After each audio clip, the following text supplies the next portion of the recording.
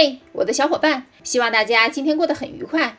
你曾被称为老灵魂吗？有人说你的智慧超越了你的年龄吗？想不想知道别人说的对不对？我是说，什么是老灵魂呢？老灵魂是指那些成熟的、聪明的、善解人意的人。老灵魂因其成熟和深思熟虑的人生观，有时会给人以严肃的印象。那么，怎么知道自己是不是老灵魂呢？好吧，来对地方了。这支影片我们来做个小测试，可以帮大家找出答案，记住自己的选项，在影片结尾看看自己是不是个老灵魂。1. 多久购物一次？ A. 几乎不购物， B. 相当多，还是 C. 一有空我就去购物。2. 下面哪个描述最合适你？ A.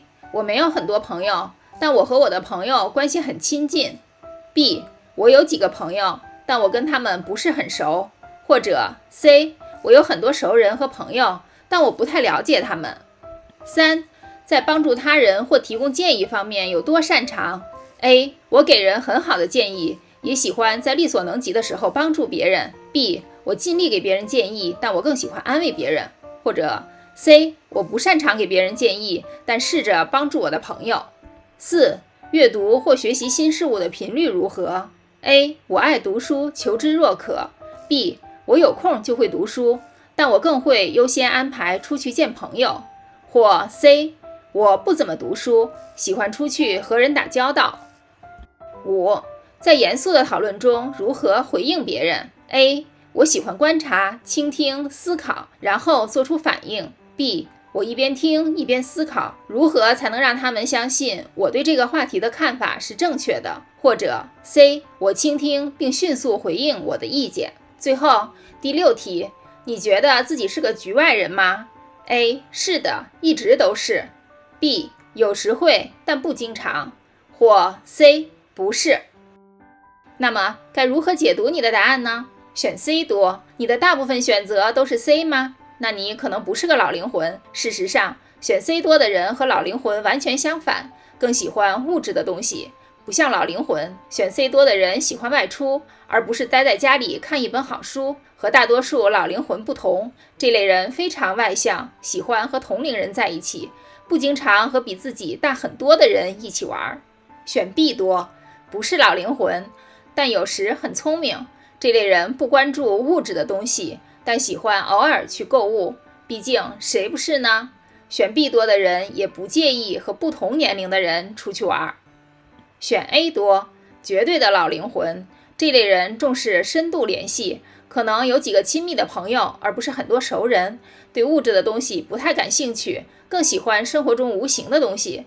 喜欢学习新事物，扩展自己的知识面，改善自己生活中的人际关系。在做大多数选择时，都把自己的意图放在第一位。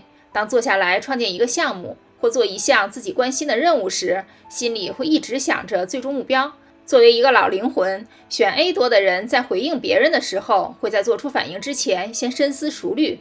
这也是因为这类人非常善于观察，大多数选择背后都有强烈的意图。